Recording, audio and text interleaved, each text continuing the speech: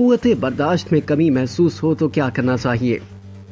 معمولات زندگی انجام دینے کے بعد تھکن کا شکار ہونا ایک عام سی بات ہے، لیکن اگر آپ کو اکثر اپنی قوت برداشت معدوم پڑتی محسوس ہوتی یا جلد تھکاوٹ کا احساس ہوتا ہے یا پھر سانس کی روانی میں پریشانی محسوس کرتے ہیں تو اس زمن میں فوری اقدامات کرنے کی ضرورت ہے۔ ان علامات کا مطلب ہے کہ زیادہ تر وقت بیٹھ کر بہت زیادہ سٹریس میں یا دوسری غیر صحت مندانہ سرگرمیوں میں گزارتے ہیں تو یہ بھی قوت برداشت میں کمی یا تھکاوٹ کی وجوہات ہو سکتی ہیں۔ اس سلسلے میں یہ کارآمد مشورے آپ کے لیے کافی مفید ثابت ہو سکتے ہیں۔ ناشتہ نہ چھوڑیں۔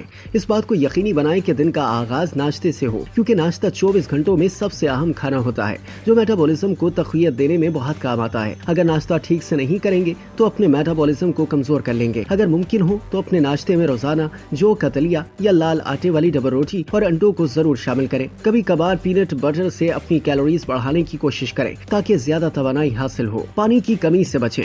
اگر کبھی بھی توانائی کی کمی محسوس کریں تو فوراً پانی پی لیں اور کوشش کریں کہ وقفے سے پانی اور مشروبات باقاعدگی سے لیتے رہیں۔ اگر ناشتے میں ایک گلاس چقندر کا جوس پی لیتے ہیں تو اس کے حیرت انگیز فوائد محسوس ہوں گے۔ چقندر میں بے پناہ نائٹریٹ ہوتا ہے جو قوت برداشت بڑھاتا ہے۔ صبح نیم گرم پانی پینے سے بھی میٹابولزم کو فائدہ ہوتا ہے اور نظام ہاضمہ بہترین طریقے سے کام کرتا ہے۔ میگنیشیم اہم ہے۔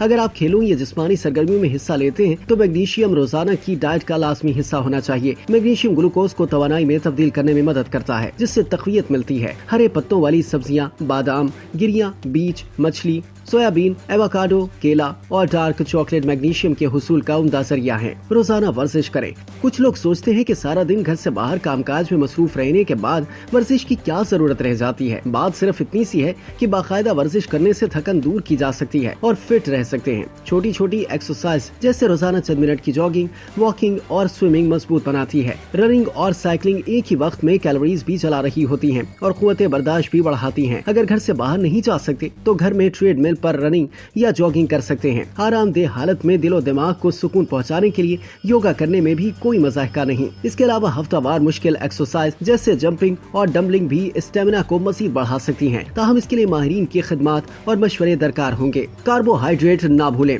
کاربوہائیڈریٹ یعنی نشاستے سے بھرپور غذائیں جیسے کہ شکرکندی، براؤن بریڈ وغیرہ سٹارچ اور شوگر فراہم کرتی ہیں جو جسم میں توانائی میں تبدیل ہو کر قوت برداشت بڑھاتی ہیں۔ مزید یہ کہ روٹی، پاستا اور چاول میں موجود پیچیدہ کاربوہائیڈریٹس سادہ کاربوہائیڈریٹس کے برعکس چاقو چوبند رکھتے ہیں اور سارا دن مستعدی سے کام کرنے میں مدد فراہم کرتے ہیں، یعنی یہ غذائیں سارا دن چلانے کے لیے ایندھن کا فریضہ انجام دیتی ہیں۔ اپنی خوراک میں تازہ پھلوں، میوہ جات اور جو کو بھی شامل رکھیں۔ یہ بلڈ شوگر کو کنٹرول میں رکھنے میں معاون ثابت ہوتے ہیں اور کولیسٹرول کی سطح کم رکھنے میں بھی مدد کرتے ہیں۔ بھرپور نیند جیسے آپ اپنا موبائل فون چارج کرنا نہیں بھولتے، اسی طرح آپ کو بھی بھرپور نیند کے ساتھ خود کو چارج کرنے کی عادت ڈالنی ہوگی۔ کم از کم 7 سے 8 گھنٹے کی نیند لینے سے ذہنی اور جسمانی لحاظ سے تازہ دم ہو کر ہر کام کر پائیں گے۔ اگر رات کو نیند نہ آئے تو مراقبہ یا یوگا کریں، اس سے ذہنی تھکن اور سٹریس دور کرنے میں بھی مدد ملتی ہے۔ رات کھانا کھاتے ہی فوراً سونے سے جسم میں چربی کی مقدار بڑھنے کا خدشہ ہوتا ہے، اسی لیے رات کے کھانے اور سونے کے درمیان کم سے کم 1 گھنٹے کا وقفہ ضروری ہونا چاہیے۔ کھانا کھانے کے بعد تیز چلنے سے میٹابولزم اور نظام ہاضمہ بہتر ہوتا ہے۔ صحت بخش غذائیں۔